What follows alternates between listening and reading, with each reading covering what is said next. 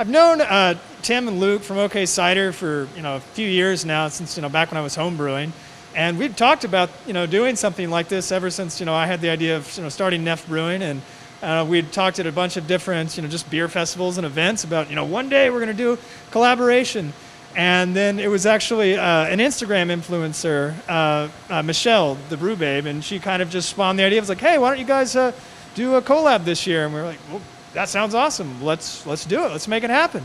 And it's been a couple months of planning, and here we are. We're still trying to do it.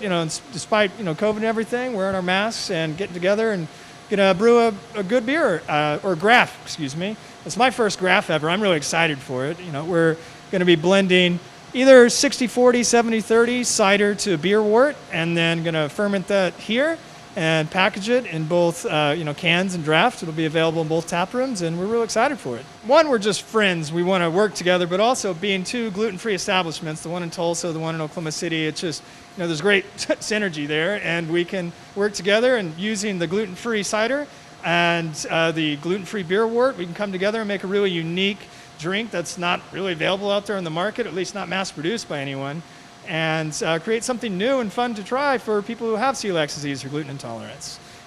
My name is Michelle Pagano. I am a digital content creator for my brand, The Brew Babe.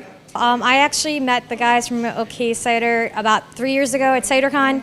I sat down with them, Luke and Tim. We had some ciders, loved it, stayed in touch.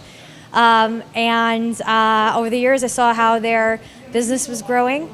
On a side note, I met Jonathan from NEFF at the Gluten-Free Craft Brewers Conference last year in Golden, Colorado, and I just love his beer.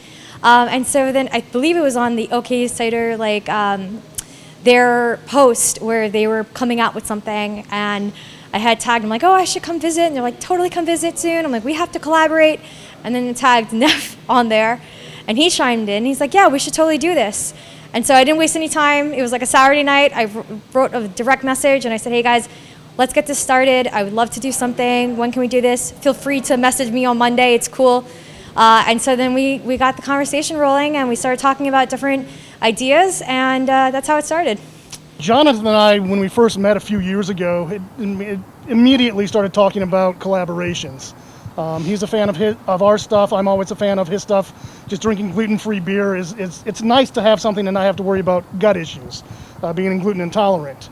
But this one, it came about as a random comment on a social media post, and the comment was made to the right person that made things move forward. When we were getting ready to leave, it was a little bit weird. It's like doing a collaboration with cider and having to truck the juice with us is going to make things a little more difficult. We've done stuff around town in Oklahoma City, and it's a lot easier. We're doing 1-barrel batches, but here we're doing a 10-barrel batch and getting it into distribution and bringing the awareness of gluten-free beverages in Oklahoma a little bit wider. Oklahoma City, we're the only gluten-free beverage maker. In Tulsa, you've got NEFF here, and I think it's going to help each other.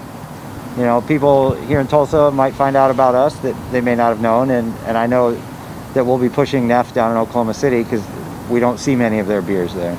I think it's going to open up the exposure and give people an option for something different to drink.